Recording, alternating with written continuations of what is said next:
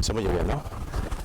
Primero de todo, muchísimas gracias a Amable y a toda la gente del planetario por haberme invitado a estas jornadas, y mi más sincera enhorabuena por las mismas, ¿no? Aunque no hayan terminado, yo estoy seguro de que están siendo un éxito y me parece una iniciativa estupenda. También gracias a todos vosotros por haber asistido un domingo por la mañana. Me encanta que hayáis tenido tanto interés en venir a mi actividad, que es un poco orientada, como bien ha dicho Amable, no tanto la parte de mi currículum profesional, que a lo mejor puede dar un poco de miedo, ¿no? Parte de las galaxias con formación estelar, las abundancias químicas, etcétera, como por la parte de mi doble condición, como bien ha dicho él, de astrónomo profesional y discapacitado visual. Nuestra experiencia nos indica lo contrario, que la vista es imprescindible para entender lo que nos rodea y más allá el universo. Y no es cierto. Toda nuestra comprensión ha estado basada en los últimos siglos en un paso más allá, en comprender lo que estábamos percibiendo y más allá incluso de obtener nuevas herramientas de observación, de adquisición de datos que superan con mucho lo que es nuestra capacidad de observación. Entonces, el taller que yo voy a plantear ahora está muy orientado, enfocado a gente que no ve, pero yo considero que todos estamos ciegos, los que estamos en la ONCE y los que no estamos en la ONCE. Con lo cual, voy a impartir el taller exactamente igual que si vosotros fuerais afiliados a la ONCE, y luego me contaréis si realmente habéis aprendido cosas y cosas que pensabais que sabíais por ver y que realmente, viendo desde un enfoque diferente, pues no es así. Entonces, he traído una serie de material accesible. Yo me puse en contacto con la agencia de la ONCE aquí en Castellón. No sé si ha venido alguien afiliado a la ONCE al taller. ¿No ha venido nadie al final? Bueno, de todas maneras os lo pongo a vuestra disposición, lo podemos ir pasando en ciertos momentos de la conferencia si lo queréis examinar. Incluso hemos traído unos antifaces, por si queréis un poco tener la experiencia de poder percibir este material que representa algunos planetas, algunas escalas, etcétera, pero sin necesidad de verlo, simplemente a través de las manos, y si vosotros queréis, pues lo podéis examinar. Bueno, como esta conferencia está orientada a discapacitados visuales, la parte visual es completamente prescindible. No es necesario ver la pantalla para poder seguirla. Son simplemente unas fotos ilustrativas, pero en realidad tampoco son importantes para poder seguir el contenido de la charla. De hecho, una de las cosas que uno aprende cuando entra a la ONCE, o la visión que tiene en la ONCE, es que está la gente que no ve nada y luego los que ven que no están en la ONCE. Y los que están en la ONCE se dedican a vender cupones y poco más, ¿no? Pero luego uno dentro se da cuenta de que hay una realidad mucho más compleja, donde hay un montón de heterogeneidad con distintos tipos de discapacidades visuales, en las cuales unas veces unos tienen resto visual en la periferia, otros tienen resto visual en el centro del campo visual, como es mi caso. Yo padezco una enfermedad que se llama retinosis pigmentaria y hace que el resto visual se quede en la parte central del campo visual. Y todo tipo de realidades y de condicionamientos que hace que la divulgación científica en la gente que no ve sea mucho más complejo de lo que hasta ahora se nos ha intentado vender, ¿no? Basado en gente que no ve, que es ciega además de nacimiento, todo el mundo sabe braille y por tanto la manera de ver es basado únicamente en elementos no visuales. Se pueden utilizar elementos no visuales también, pero teniendo en cuenta que esa realidad entre los afiliados y discapacitados y la gente que ve, como todos vosotros es vuestro caso, es muy diferente. ¿De acuerdo? Primero un ligero esbozo del sitio en el que trabajo, que es el Instituto de Astrofísica de Andalucía. No sé si lo conocéis, pero es el segundo centro más grande de astrofísica a nivel profesional que hay en España, después del Instituto de Astrofísica de Canarias. Yo me he formado en Madrid, he estudiado en Madrid, pero al contrario del resto de la gente que va del campo a las grandes ciudades a trabajar, pues los astrónomos nos tenemos que mover de las grandes ciudades a los sitios donde están los centros de investigación. Y los centros de investigación en astrofísica están asociados a grandes observatorios. En el caso del IA hay dos grandes instalaciones astronómicas asociadas a este centro. Igual que en Canarias está el Observatorio del Roque de los Muchachos, el Observatorio del Teide. En Granada tenemos por un lado el Observatorio de Sierra Nevada, que es bastante modesto, pero tiene la ventaja de que está a gran altura y es bastante útil para observaciones en el infrarrojo, ya que hay poca absorción por vapor de agua. Entonces el IA se construyó en Granada precisamente por la proximidad del Observatorio de Sierra Nevada. A veces se asocia el Observatorio de Sierra Nevada con una gran antena del IRAM, que es una antena de radio. Observar en radio el universo también es observarlo en un tipo de longitud de onda que es completamente invisible para el ojo humano. A veces se asocia las ondas de radio a que estamos escuchando el universo, ¿no? Nada más lejos de la realidad. Las ondas de radio son ondas electromagnéticas, como las de la luz, que están en una frecuencia que es totalmente invisible para nosotros. Lo que pasa es que nosotros utilizamos esa misma frecuencia para otro tipo de fines, ¿no? Como es la difusión de ondas de radio, del aparato de radio y de televisión para poder propagar mensajes, que son ondas que luego rebotan en la ionosfera y pueden ser difundidas con bastante eficiencia. Pero no son ondas sonoras, son ondas de luz, y el universo emite muchos de sus procesos físicos también en ondas de radio. Bueno, pues esa antena de radio, que es la más grande, o una de las más grandes que hay en territorio nacional para observar el universo en radio, también está en Sierra Nevada. A veces me cuentan mucho que hacer astronomía y ser ciego casi te obliga a escuchar el universo, y tenemos esa imagen asociada. Seguramente habéis visto la película Contact. Hay un astrónomo que es invidente, está interpretado por Bill Fichtner, y trabaja en un radiotelescopio, está siempre con unos auriculares, entonces da la impresión equivocada de que está escuchando las ondas de radio del universo, cuando en realidad ese astrónomo lo que hace es convertir ondas de luz invisibles en un tipo de información que él puede percibir, que es el sonido, pero no está escuchando las ondas de radio. Tampoco entiendo muy bien esos programas de divulgación que ahora hablan del sonido de los planetas, ¿no? Júpiter, por ejemplo, emite mucho en ondas de radio porque tiene un campo magnético muy intenso. Creo que se va a hablar mucho de Júpiter también en estas jornadas, ¿no? Y se habla del campo magnético. No es cierto que emita un sonido, emite ondas de radio, y cuando se transforma la frecuencia de las ondas de radio a ondas sonoras, nosotros las escuchamos, pero no son ondas de luz, no son ondas de sonido, son ondas de luz, ¿de acuerdo? Bueno, y la instalación astronómica de mayor impacto que está cerca del IAA es el Observatorio de Calar Alto, que tiene los telescopios más grandes en Europa continental, un telescopio de 3.5 metros, un espejo primario de 3.5 metros, que se está haciendo ciencia puntera y de mucha calidad, a pesar de los esfuerzos de la Administración por cerrarlo, básicamente porque Alemania, que es la cofinanciadora de este centro, que en principio lo construyeron los alemanes, pues quiere abandonarlo, y España está pensando si continuar con ello o no. Sería un grave error abandonarlo, la verdad, porque se está haciendo ciencia de mucha calidad con el Observatorio de Calar Alto.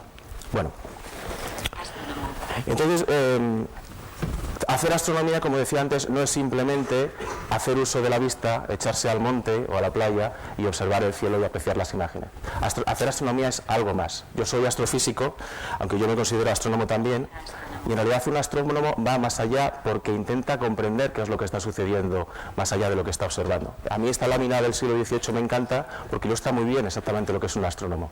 Es intentar comprender qué está pasando. No solamente observar el universo, sino ir más allá y ver dónde estamos, cuál es nuestro sitio en el universo, cómo funciona todo. Entonces, la vista no es el mejor instrumento para poder entender lo que pasa en el universo. Necesitamos algo más. Método científico. En realidad, nuestra comprensión del universo comienza cuando dejamos de utilizar solamente la vista para poder entender lo que es la astronomía. Y empieza a implantarse el método científico. El método científico es la base de toda nuestra sociedad hoy en día. El gran avance tecnológico e intelectual que ha habido en los últimos 500 años se debe a la implantación del método científico y empezar a hacernos preguntas realmente. Los griegos clásicos fueron grandes innovadores a la hora de hacer observaciones, pero fallaron a la hora de implantar el método científico porque no intentaron comprender y demostrar si las explicaciones que ellos mismos planteaban funcionaban o no. Entonces, conociendo en qué consiste el método científico, es muy fácil darse cuenta de cuál es el papel relativo de la vista para entender el universo.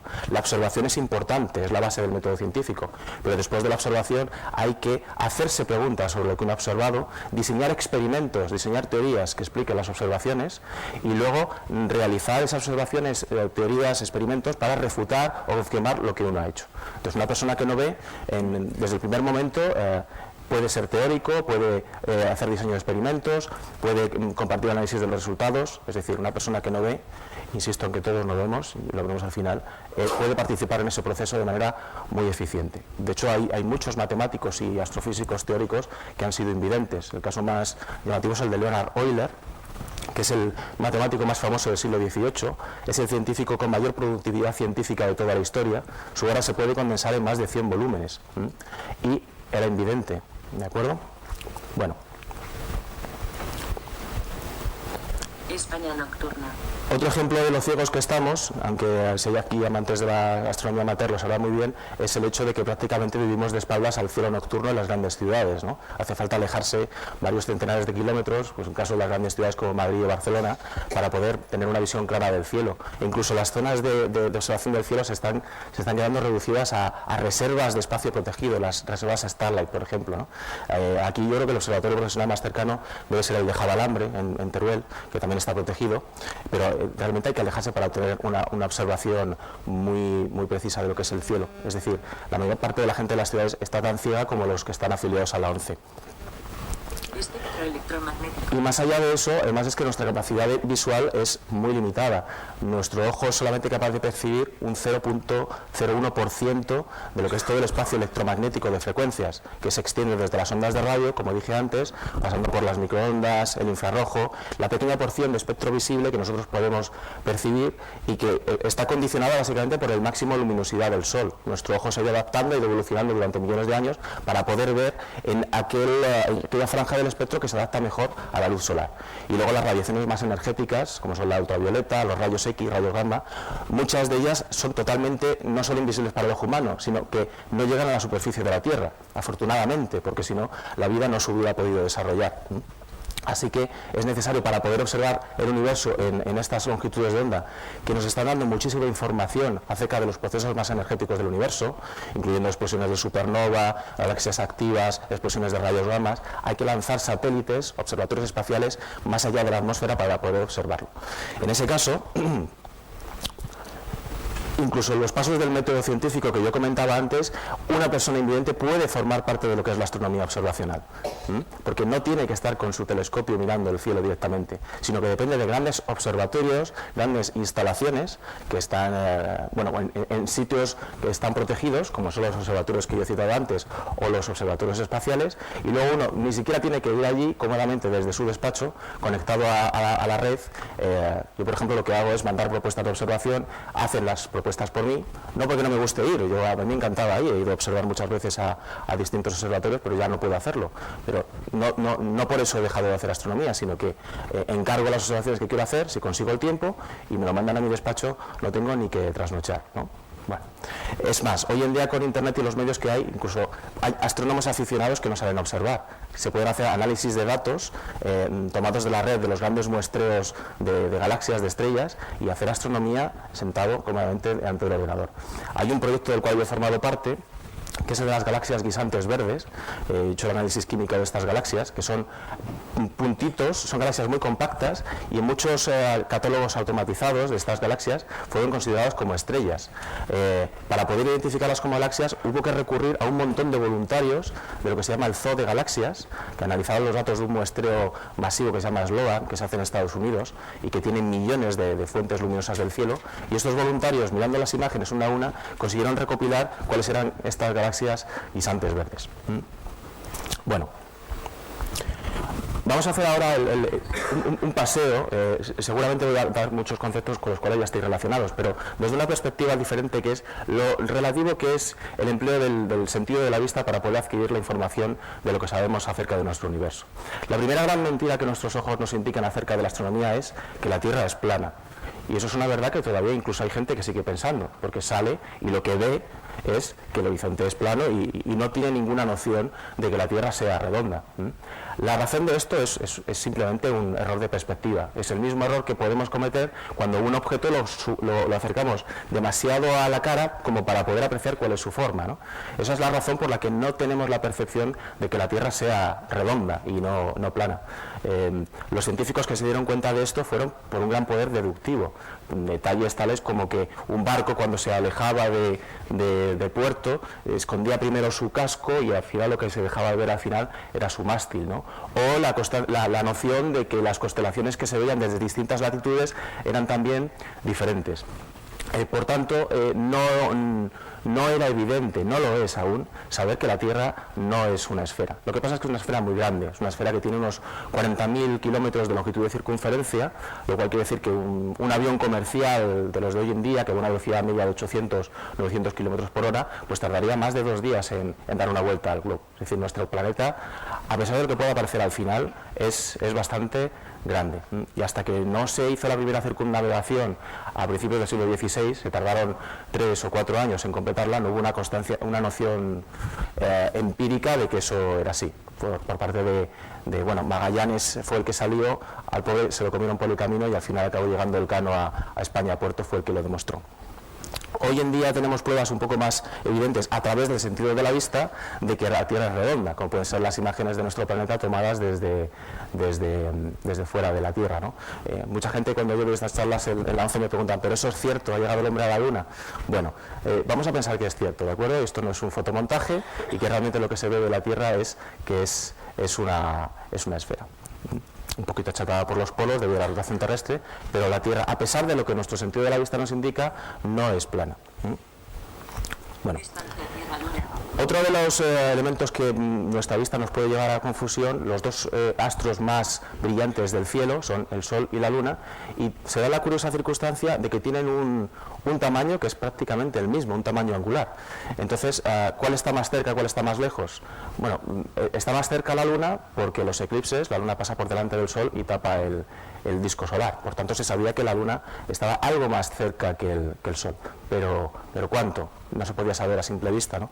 De hecho, la distancia entre la Tierra y la Luna ha sido algo que también se ha podido deducirse a través de las matemáticas, de la trigonometría y de la proyección de la sombra de la Tierra durante los eclipses. Normalmente en las ilustraciones se da una noción de una Luna mucho más grande y mucho más cerca de la Tierra de lo que en realidad es.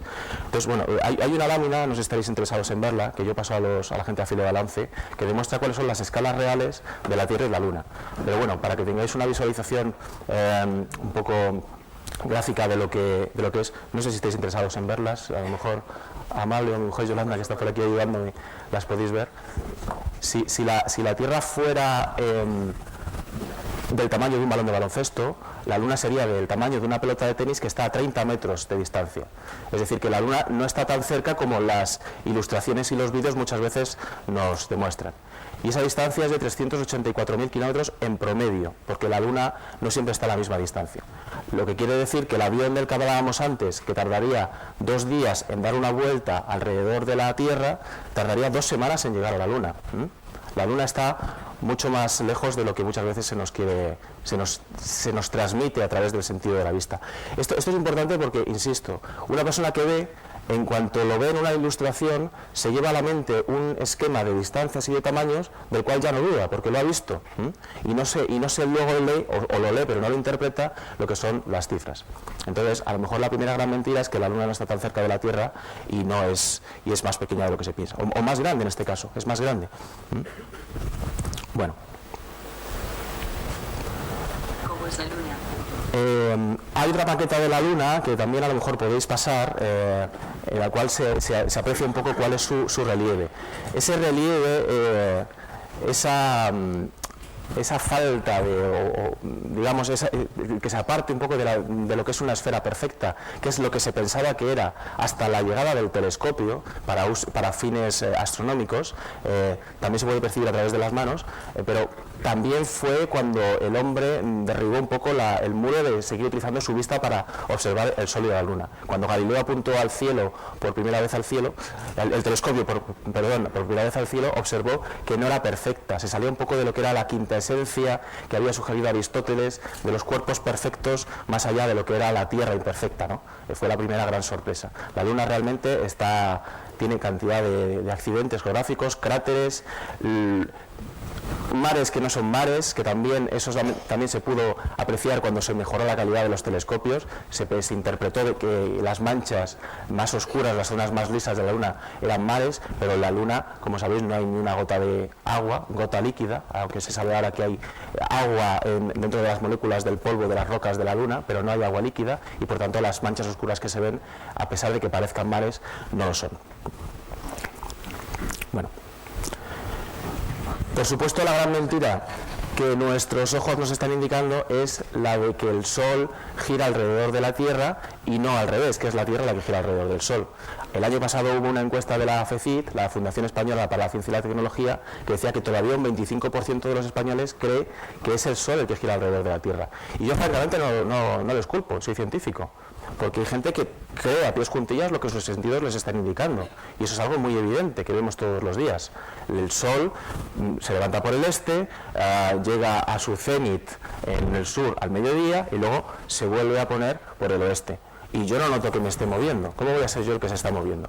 Esta idea, como bien sabréis históricamente, ha sido muy difícil de derribar, y ha sido a través del poder de las matemáticas y el poder del razonamiento físico-teórico, pero no del poder de la observación. A pesar de que las nociones que se han utilizado para demostrar que es la Tierra la que gira alrededor del Sol y no al revés, es la observación, pero los sentidos en primera instancia nos están indicando todo lo contrario. Bueno. Como bien sabéis, el primero que demostró que bueno, no lo demostró, pero escribió un libro que es la base del modelo heliocéntrico, que es la Tierra el que gira alrededor del Sol, fue Copérnico, que tampoco fue un gran observador. Él basó prácticamente toda su teoría en las observaciones que había hecho Ptolomeo más de 1500 años antes, y basándose en circunstancias tan poco comprensibles como la que eran los epiciclos de los planetas. Los epiciclos, como sabéis, son la trayectoria aparente de los planetas en su órbita alrededor de su órbita aparente en el cielo nocturno. Aquí tenemos un ejemplo que es Marte, fotografías de Marte tomadas de un día al siguiente, hacen esa especie de bucles en las cuales de repente empiezan a moverse hacia atrás y luego hacia adelante. Entonces Copérnico explicó de manera muy elegante que eso era más fácil de ser explicado si tanto la Tierra como Marte orbitan alrededor del Sol, solo que la Tierra, al estar más cerca del Sol, lo hace más rápidamente. Entonces cuando adelantamos a Marte por dentro, vemos esta especie de bucles que son explicados de manera mucho más eficiente si los planetas giran alrededor del Sol y no al revés. Pero insisto en que esto fue más una consecuencia de un proceso de análisis crítico de los datos más que de la observación en sí. Tránsito Venus. Bueno, ¿cómo saber a qué distancia está el Sol? Hemos dicho antes que hemos visto que la Luna se encuentra más o menos a 15 días de viaje en avión, y el Sol tiene un tamaño prácticamente igual que el de la Luna. ¿Está mucho más allá de la Luna o no?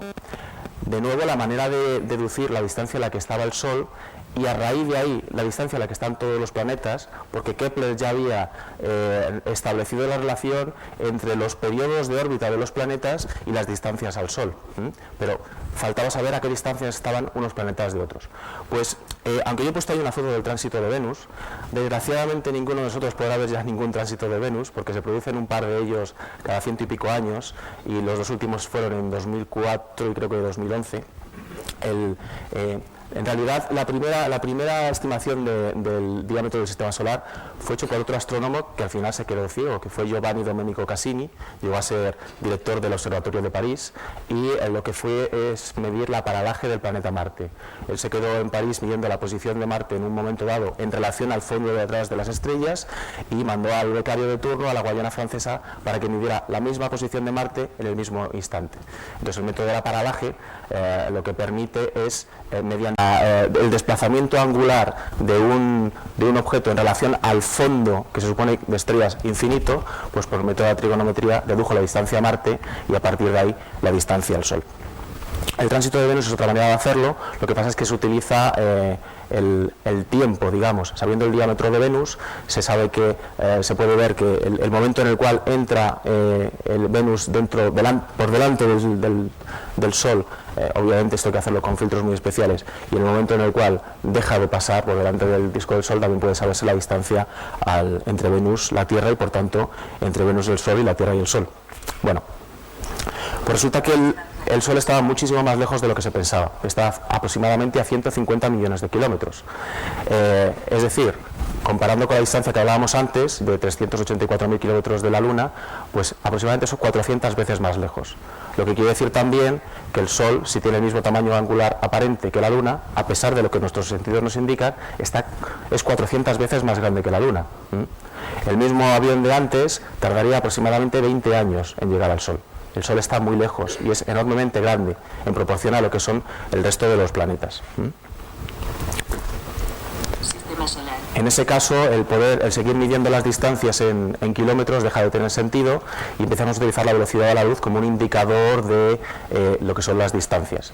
La luz, como sabréis, en cualquiera de sus formas, incluyendo el radio, se mueve aproximadamente a 300.000 kilómetros por segundo, lo que quiere decir que si el diámetro no, la circunferencia de la Tierra es 40.000 kilómetros, daría más de 7 vueltas en un solo segundo. La Luna, que está a 384.000 kilómetros, tarda un segundo, un rayo de luz, en ir de la Tierra a la Luna. Las comunicaciones por radio a la Luna todavía son muy eficientes. Pero en relación al Sol, pues como veis ahí, los tiempos que tarda un rayo de luz en llegar del Sol a cada uno de los planetas es ya bastante considerable. En el caso de la Tierra son más de 8 minutos, lo que quiere decir que si el Sol se apagara ahora mismo, aparte del inconveniente que fuera para nosotros, tardaríamos más de 8 minutos en darnos cuenta, y en los planetas más externos del sistema solar, pues como veis, tarda del orden de horas. He incluido ahí a Plutón, aunque Plutón ya no se considera un planeta, porque ha estado muy de moda este año. Ha llegado una sonda de la NASA allí, a la sonda New Horizons, y bueno, aunque un rayo de luz tardaría entre 5 o 6 horas, depende, porque la trayectoria de Plutón alrededor del Sol es muy excéntrica. La sonda de la NASA fue lanzada en 2006, ha tardado casi 10 años en llegar, y es el artefacto más rápido que ha sido capaz de construir el hombre. El avión del que hablábamos antes, el que tardaba 2 días en dar una vuelta a la Tierra, 15 en llegar a la Luna, 20 años en llegar al Sol, tardaría más de 800 años en llegar a Plutón.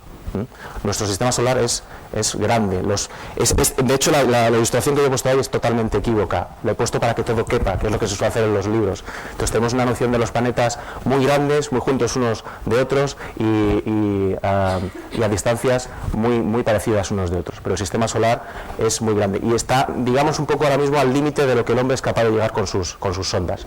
Las sondas Voyager ya han traspasado con mucho los límites del sistema solar, pero son los artefactos más rápidos que el ser humano ha sido capaz de construir hasta ahora. Bueno, otra lámina que yo suelo pasar, que no sé si estáis interesados en ver, que es básicamente lo que está en la pantalla. Es a partir de estas distancias, es comparar cuál es el volumen, el tamaño del Sol en relación a los planetas. Y veréis que de hecho hay 2 de ellos que a la escala de la impresora que hemos utilizado no podían ni siquiera ser representados, que son los 2 más pequeños, que son Mercurio y Marte. La Tierra realmente, a pesar de lo grande que es, hemos dicho antes que es muy grande, tanto que nos parece que es plana, es realmente insignificante con relación al Sol. Lo que pasa es que el Sol está muy lejos. Bueno. Estrellas próximas.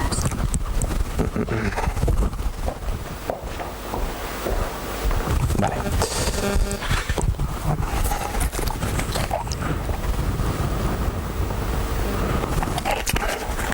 Yo sé que vosotros estáis ya muy habituados a escuchar cosas de astronomía y ya a estas alturas no estáis asustados, pero generalmente yo cuando veo esta conferencia a gente de la ANCE, estamos ya en Plutón y ya la gente está como diciendo, madre mía, qué grande es el universo. Bueno, no hemos salido del sistema solar.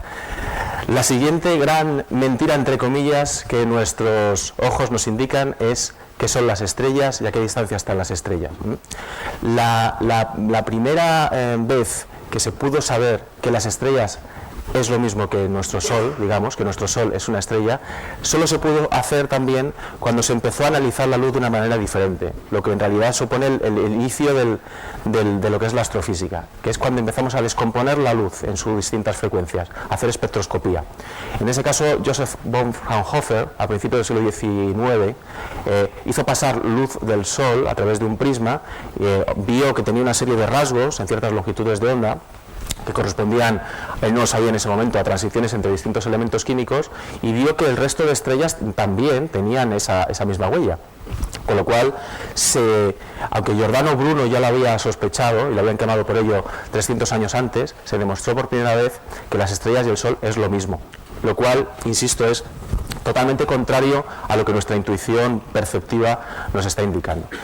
¿Eso qué quiere decir? Eso quiere decir que si cada uno de esos pequeños puntos luminosos tiene el mismo brillo que nuestro Sol, tienen que encontrarse muy, muy lejos. Suponiendo, por ejemplo, que una estrella como Alfa Centauro, que es bastante parecida al Sol, tuviera el mismo brillo que el Sol, se encontraría más o menos a la distancia a la que realmente se encuentra.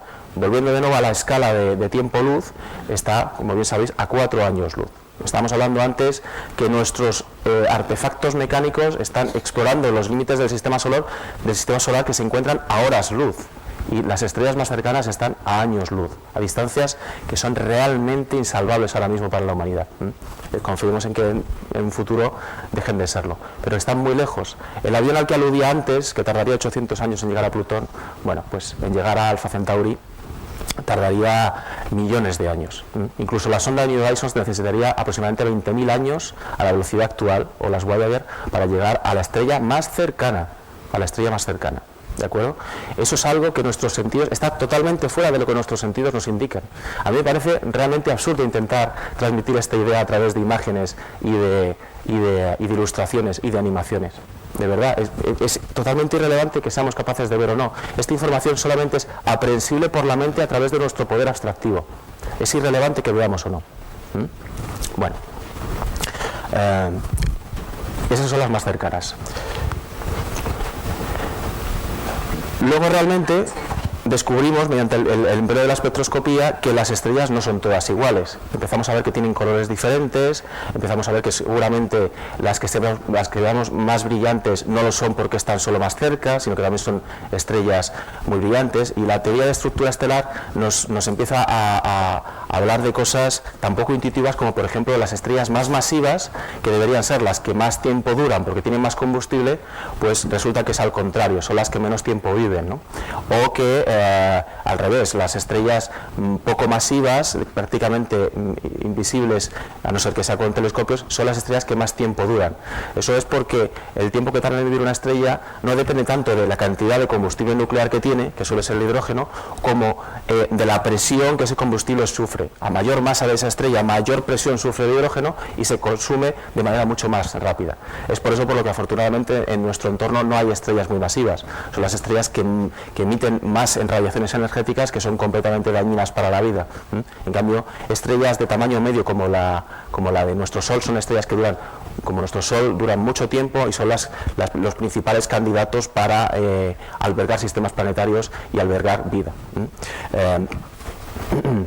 Bueno.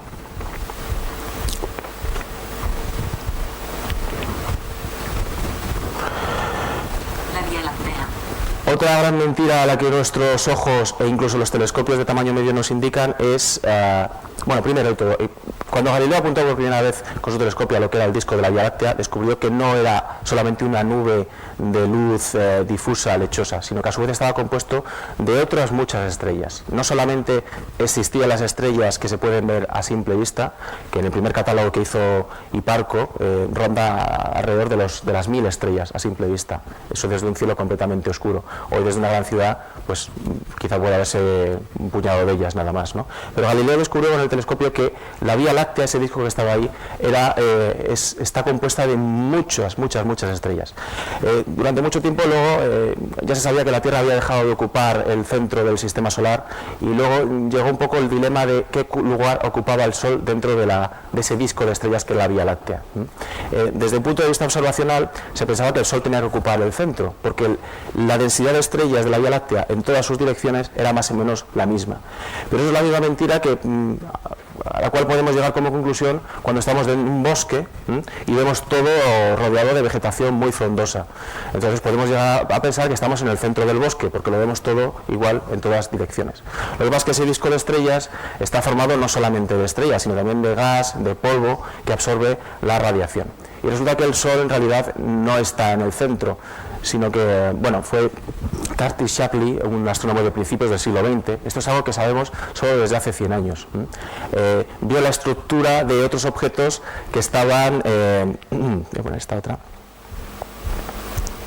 El tamaño de la galaxia. que estaban por encima y por debajo de la Vía Láctea, que son los cúmulos globulares. Y estudiando la distribución de esos cúmulos globulares, que son como enjambres de un montón de estrellas que están por encima y por debajo del disco, dedujo que nosotros realmente debemos estar a entre 25.000 y 30.000 años luz del centro de la Vía Láctea. Hay otra lámina también, que invito a que exploréis también, con la ayuda de vuestros ojos, que analiza cuál es la estructura de este disco, es un poco lo que estáis viendo, y la posición de nuestro sistema solar.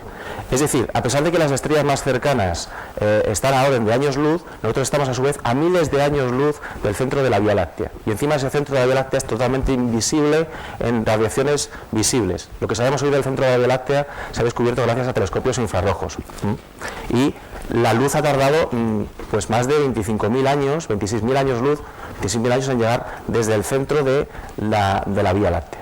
¿de acuerdo? En este disco de estrellas hay del orden de 100.000 millones de estrellas, bueno, entre 100.000 y 200.000 millones de estrellas en números redondos. Entonces, si hay años luz de distancia entre unas estrellas y otras, el disco de la Vía Láctea es enorme, tiene aproximadamente un radio de 50.000 años luz, algo completamente fuera de escala para lo que son nuestras percepciones visuales, ¿de acuerdo? Curtis Shapley, precisamente, que fue el que descubrió que el Sol no estaba en el centro de la Vía Láctea, participó en un gran debate a principios del siglo XX porque él defendía que la Vía Láctea era todo el universo, mientras que había otros científicos que habían visto unas nubes de gas difuso, muchas de ellas pertenecientes al catálogo de Messier. Sabéis que Messier había catalogado muchos de esos objetos no porque estuviera interesado en ellos, sino él era un cazador de cometas y lo quería era catalogarlos para que no le molestaran, ¿no? Pues resulta que muchos de estos se estaban empezando a sospechar que se trataban de otras galaxias al margen de la nuestra, de la Vía Láctea. Y esto se pudo demostrar por primera vez. Bueno, como siempre, el gran problema de la astrofísica es la medición de distancias. ¿Cómo se pueden medir distancias de cosas que están más allá de 100.000 años luz? Bueno, pues esto lo resolvió gracias a un tipo de estrellas variables que se llaman cefeidas, que varían su brillo y lo hacen de manera proporcional a su luminosidad. Cuando se descubrieron algunas de estas estrellas cefeidas en la galaxia de Andrómeda, se pudo saber qué luminosidad real tenían y a partir de ahí deducir la distancia a la que se encontraba la nebulosa de Andrómeda en ese momento. Y resultó que estaba, en aquella época se subestimó su distancia, pero hoy sabemos que está aproximadamente a 2,5 millones de años luz. Y esta es solamente la galaxia más cercana parecida a la nuestra. La luz está saliendo de Andrómeda cuando el ser humano ni siquiera había empezado a existir. ¿De acuerdo? Eso que estamos viendo ahí es una imagen del grupo local. Son un puñado de galaxias que son las que están más cerca de la nuestra. Hoy en día sabemos que hay del orden de 100.000 millones de galaxias, cada una de ellas con 100.000 millones de estrellas, y que ocupan un volumen de aproximadamente 95.000 millones de años luz. ¿Alguien me puede decir quién ha visto eso? Nadie, ¿verdad? Solamente sabemos esto en los últimos 100 años por medio del poder de la deducción y por medio de estrategias observacionales que no tienen nada que ver con nuestra percepción visual del universo. ¿De acuerdo? Bueno. El diagrama de Hubble. Esto es un diagrama donde donde Hubble, por primera vez, con todas las galaxias que se estaban descubriendo y sabiendo que eran estructuras de miles de millones de estrellas al margen de la nuestra, empezó a clasificarlas y las clasificó de nuevo un poco en base a su intuición. Las clasificó entre galaxias tempranas, porque él pensaba que había una secuencia evolutiva, y galaxias tardías, que son como la nuestra. Él decía que la primera parecía las galaxias elípticas, por eso las llamaba tempranas, sin ninguna estructura, y luego iban evolucionando hasta formar lo que son las galaxias tardías, que son las espirales como la nuestra. Se equivocó, pero la nomenclatura ha permanecido.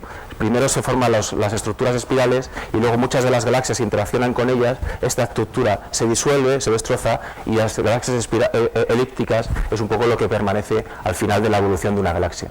Nuestra propia galaxia, la Vía Láctea, perderá su estructura espiral porque Andrómeda está en trayectoria de colisión contra nosotros, y dentro de unos 2-3 mil millones de años pues disgregará un poco la estructura espiral de la Vía Láctea y formará una galaxia elíptica gigante. Bueno. Más allá de esto, la ventaja que tiene el observar objetos que están muy lejos es que podemos observarlos digamos que cuanto más lejos los observemos, más inicialmente en su evolución los estamos observando. Y actualmente las instalaciones astronómicas, telescopios con un espejo primario de más de 10 metros, como es el Gran Telescopio de Canarias, o el que se va a construir, que tiene más de 30 metros de diámetro en Chile, nos está permitiendo ver galaxias prácticamente en las primeras etapas de formación, y estamos aprendiendo a interpretar lo que es ese movimiento de galaxias y cómo se produjo el origen del universo, algo que es totalmente ajeno a lo que nuestros sentidos nos perciben, ¿no? Bueno. Generalmente yo no llego tan lejos de la conferencia porque la gente se marea mucho antes, pero yo confío en que os haya dado una perspectiva un poco diferente de lo que es la astronomía, y cuando salgáis a observar con el telescopio, pues realmente intentéis haceros preguntas más allá de la belleza, que es algo que yo he hecho muchísimo de menos. La verdad es que tengo muchísima envidia, porque yo dejé de ir a observar el cielo hace mucho tiempo y lo he hecho mucho de menos. Pero como tengo que seguir justificando mi trabajo y poder seguir diciendo que lo que hago lo puedo hacer sin necesidad de salir al campo, bueno, pues por eso tengo que hacer este tipo de conferencias. Las tres ideas fundamentales con las que me gustaría que os quedarais es, primero, eso, que la importancia de Granada como centro astronómico a nivel nacional, incluso yo diría europeo, y luego que la mayor fuente de adquisición de conciencia de lo que es nuestro gran universo es el cerebro y no los ojos. Nuestro universo no cabe a través de nuestros ojos, ni ninguna distracción, ninguna animación, sino que es un proceso mental que ha durado siglos el poder adquirirlo y que todavía continúa. Eso cabe en nuestro cerebro, no a través de nuestros ojos. Y por supuesto que no pensemos que no entremos en una especie de vértigo, ¿no?, en el cual nuestro pequeño planeta, ese pálido punto azul que decía Carl Sagan, cuando el Voyager estaba a los confines del sistema solar y dijeron date la vuelta y mira a ver cómo se ve la Tierra desde ahí, y prácticamente no se veía, es una mota insignificante de luz en lo que es el cosmos, y estamos hablando de los límites del sistema solar. Imaginaos luego lo que se ha descubierto después de ello. Pues no pensemos que somos insignificantes, somos muy importantes, porque hasta ahora somos el único trozo de materia en el universo que ha adquirido conciencia de dónde estamos y qué es lo que somos, ¿no? Así que bueno, espero que esas tres ideas os hayan quedado ahí caladas en la cabeza. Por último, simplemente animaros a que entréis en nuestra web de divulgación de astronomía desde un punto de vista diferente, poco para las personas tanto que no ven y saben que no ven, como a los que ven y piensan que ven pero tampoco ven nada, que sois todos, y que echéis un vistazo a este proyecto Astroaccesible, y nada, que sigamos todos un poco intentando interesándonos más por la ciencia. Muchísimas gracias por vuestra atención. Gracias por todo. Sí, claro que sí.